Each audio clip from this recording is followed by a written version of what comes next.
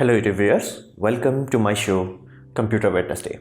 In today's episode we're going to take a look at optical zoom in mobile phones. So let's dive right into it.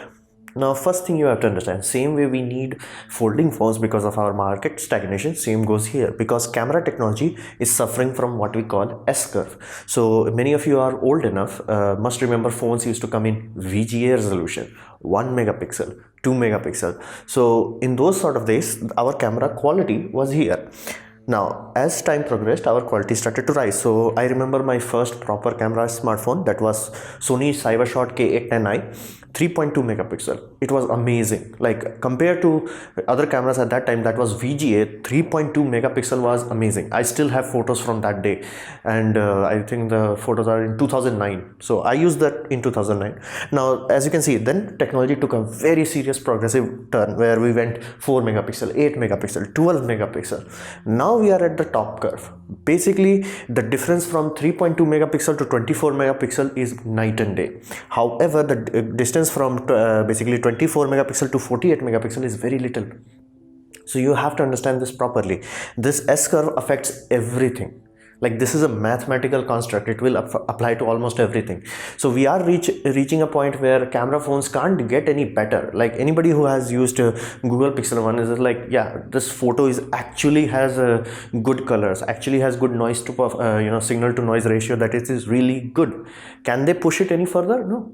Like now when I say we can't push it any further, does not mean you can't increase the megapixel, you can't improve the electrical signal efficiency. All things can be done, but it won't show. It won't be like, okay, 3 megapixel to 23 megapixel, that jump no longer would be there. So every iteration that we do now on would be only very subtle. That's why you see right now a lot of companies started to put like 4 cameras, 5 cameras, 6 cameras in their mobile phone because of this S curve. That's why we need it. We maxed it out.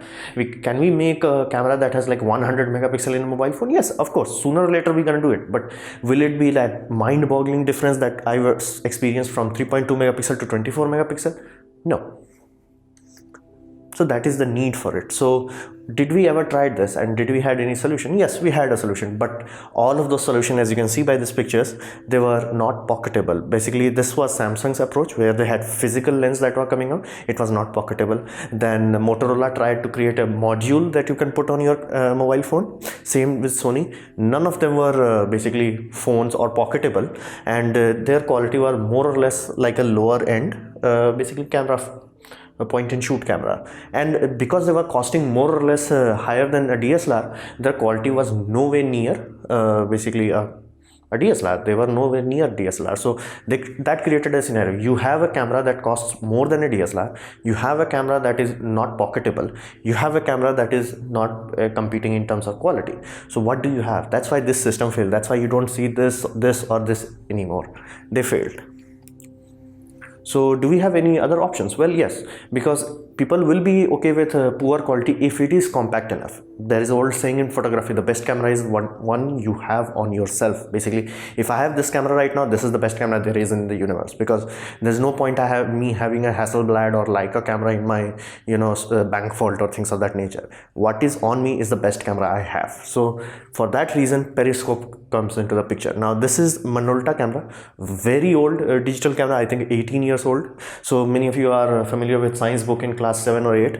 You must be familiar. This is how a periscope works. Basically it's used for submarines, tank drivers and things of that nature.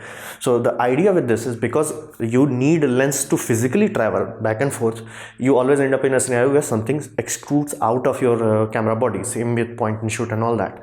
So Periscope allows you to fold it 90 degrees. So Minolta camera was the first to figure it out. So what they did, they simply took it and folded the electronics downwards. So benefit was the lens train, basically the optical train as we call it. This was parallel to the body. So you no longer had a bump that protruded out of a camera body. That was amazing. Now this made it compact, because I told you, like, even if this has poor image quality compared to a DSLR and cost as much as a DSLR, you're still gonna buy this because you can have this 24/7 into yourself. So how we achieve this is basically using a prism. Mirrors were tried, but mirrors are not good enough, so we use prism. Even those who are familiar with DSLR world, they are familiar with, like, there is penta mirror and there is penta prism. Prisms are higher quality. So this is the idea. You will have camera sensor, and then you have the optical train which has to physically move back and forth, and then you'll have a prism that will fold the light path. So this is the best option we have as of now.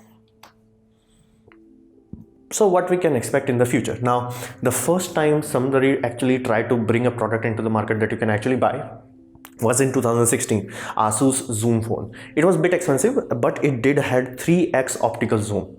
So it was the first time somebody actually tried to bring a product in a mobile phone. It was good, but it didn't sell too well because it was very thick. This phone at the camera bump stage was around 1.2 centimeter thick. So it was quite thick.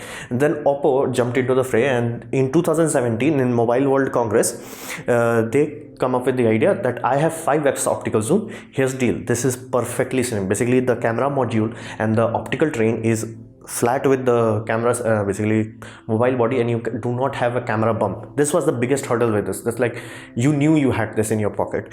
With Oppo system, and the camera is like flush with the body, so now you have a completely true perfect camera where it is actually pocketable. So Oppo put a lot of effort into this, and in 2019, basically this year, Oppo introduced a camera which is like 10x optical zoom. However, a word of caution with all of you, like, it is not 10x. 10x is physically impossible. Like, they have to have the optical train from here to here.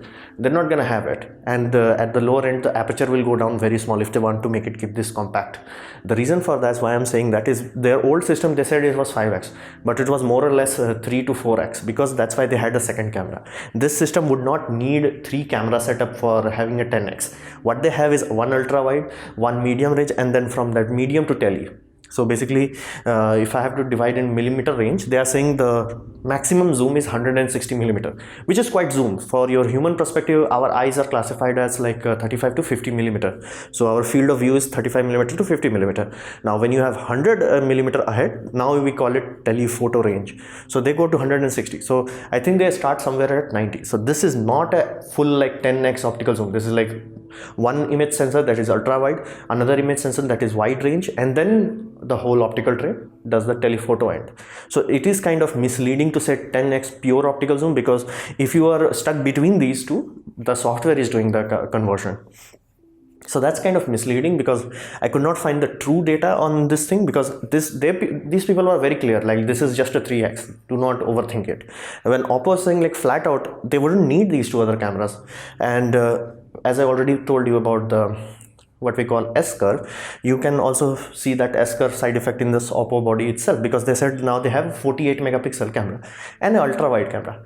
That begs the question, why don't you have every sensor as 48 megapixel? Because of the optics. When you were the presentation shown with this mobile, they said they had to spend a lot of money to make this glass elements very, very pure. If you don't have that, like that's why camera lens are so expensive. The glass quality needed for them is very expensive.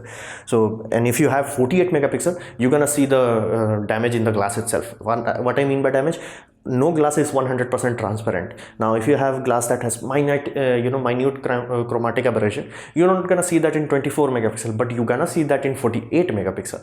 That is why nobody just wants to put a 100 megapixel phone sensor.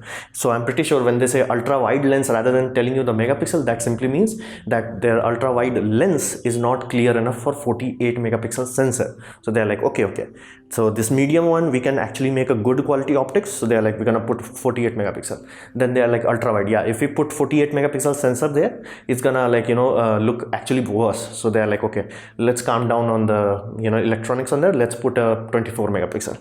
Then the third one will be the final one. So in future, we can easily see somebody who's actually figures it out, makes from wide angle to at least, let's say wide angle, I'm talking 18 to 20 millimeters to 150 millimeter in one optical train. Then the second camera would be a black and white BSI 2 megapixel sensor, which only will be there as a night vision. Now, why do you need that? 2 megapixel camera will have undeniably better dynamic range, and that will be allowed, that will be black and white, so it will have higher signal to noise ratio. And then all you will do is take that data, basically black and white color data, black and white luminance data, and you're gonna merge it with the whatever you have, 48 megapixel, 24 megapixel, whatever you have. You're gonna merge that to using artificial intelligence. That way you'll get best best of both worlds. That will be the true future when we'll have actual camera photos coming from our camera phone that will actually compete, if not flat out beat DSLRs, cheap DSLRs, not expensive DSLRs, cheap DSLRs. So our future is kind of bright in our mobile world. So I hope you like this presentation, and if you did so, please click like button and click the ad shown in this video. That will directly help me. And if you didn't like it, don't worry about it. You can dislike it, press it twice to show your extra disappointment, and please leave a comment because I reply to all of them, and subscribe, press the bell icon if you're free, and as always, thanks for watching.